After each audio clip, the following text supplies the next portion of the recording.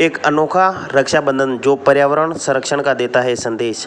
राजसमंद जिले में रक्षाबंधन पर्व से पहले इको फ्रेंडली राखी मनाई जाती हैं, वह भी कुछ अनोखे अंदाज में। रक्षाबंधन के जरिए बेटियों ने पेड़, जंगल, पानी और बेटी बचाओ बेटी पढ़ाओ का दुनिया भर को संदेश दिया। इस समारोह में दुनिया भर के कई देश के अधिकारी और पर्यावरणविदों ने शिरकत की और इस समारोह को ऐतिहासिक बना दिया। यहाँ आकर मुझे इतना अच्छा लगा और पेड़ एकदम हमारे भाई की तरह इन्हें राखी बांधा और मैं यहाँ पर पहली बार आई हूँ, फर्स्ट टाइम। और पेड़ लगाना अच्छी बात होती है और पेड़ ज़्यादा से ज़्यादा लगाने चाहिए, ग्लोबल वार्मिंग भी कम होती है इस वजह से। और ज़्यादा से ज़्यादा पेड़ लगाइए और सेव लाइफ, सेव ट्रीज। यह नज़ारा है राजसमंद जिला मुख्यालय से 12 किलोमीटर दूर स्थित निर्मल ग्राम पंचायत पिपलांत्री का, जहां गांव की बेटियां पेड़ पौधों को राखी बांधकर अनोखा रक्षाबंधन पर्व मनाती हैं और पर्यावरण संरक्षण का संदेश देती हैं।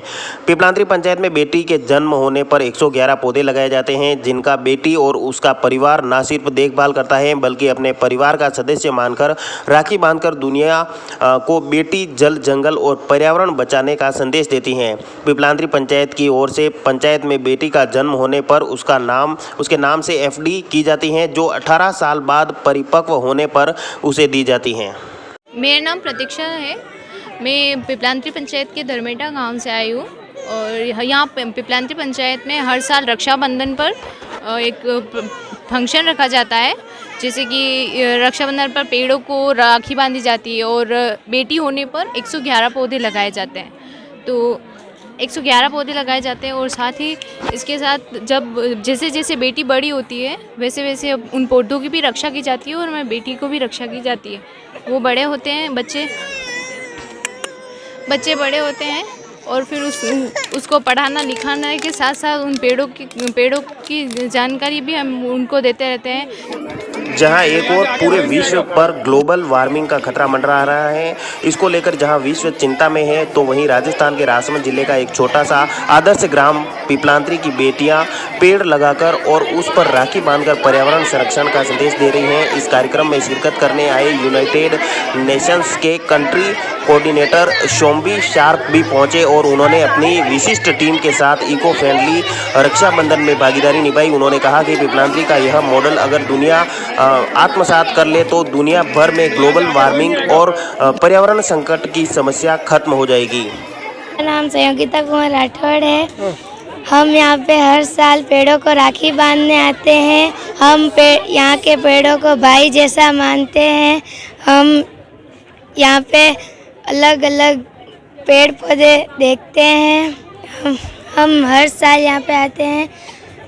हम पेड़ों को भाई जैसा मानते हैं।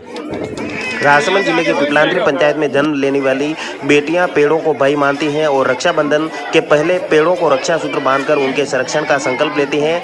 इस परंपरा ने जन जन को पर्यावरण के मुरीद बना दिया है। करीब 17 साल पहले चारों तरफ मार्बल खदानों से घिरा पिपलांत्री गांव बंजर था, लेकिन तत्कालीन सरपंच श्याम सुंदर का पर्यावरण के प्रति लगाव पिपलांत्री गाँव को बंजर से हरा भरा कर दिया। गाँव में बेटी हो या बेटा, उनके पैदा होने पर 111 पौधे लगाए जाते हैं। जब तक वह पौधा बड़ा नहीं हो जाता, उसका रखरखाव देख रेख उसका परिवार करता है और फिर रक्षाबंधन पर्व से एक दिन पहले यहाँ की बेटियाँ उन्हीं पेड़ों को राखी बांधकर रक्षा का संकल्प लेती हैं।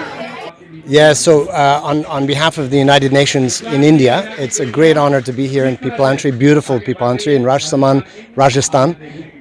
The inspiration, the power of one person's vision, Sri Paliwal, what he started here by one person respecting and valuing the girl children in the village, and by respecting and valuing nature and the environment and water, has turned a place that was quite barren and facing so many environmental challenges into a beautiful, you can see, oasis, a green oasis. And I think that the spirit here, this is all about the Sustainable Development Goals.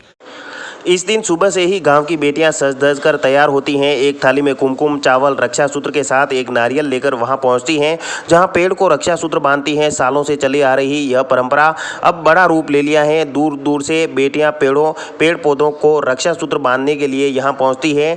ढोल नगाड़ों के साथ बेटियों का समूह एक साथ उस जगह पहुंचती है जहां पेड़ पौधों को रक्षा सूत्र बांधा जाता है। गाँव की बेटियों ने बताया कि जिस तरह से विश्व पर प्राकृतिक आपदा मंडरा रही है, कहीं ना कहीं मॉडल पर्यावरण को बचाने को लेकर सार्थक कदम है। देश ही नहीं, विश्व को भी इस मॉडल को अपनाना चाहिए, जिससे एक बार फिर पर्यावरण का संतुलन बन सके।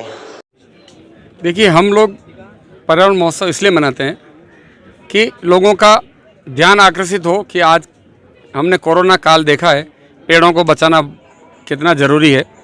दूसरा, बेटियों को बचाना बहुत ज़रूरी है। तो हमने बेटी, पानी, पेड़, गोचर भूमि, आज सरकारी ज़मीनें जितनी भी हैं, चारागाहें हैं, कब्जे से भरी जा रही है, उन पर अवैध कॉलोनियाँ बस रही है, गोचर भूमि तहस नहस हो रही है, जिससे गायों को और अन्य वन्य जीवों को पालने में बहुत दिक्कत आ रही है। तो हमने एक विषय लिया है कि बेटी, पानी, पेड़, गोचर भूमि और वन्य जीवों को बचाकर लोगों को प्राकृतिक आधारित रोजगार उपलब्ध कराकर हम पर्यटन ग्राम कैसे बनाएं।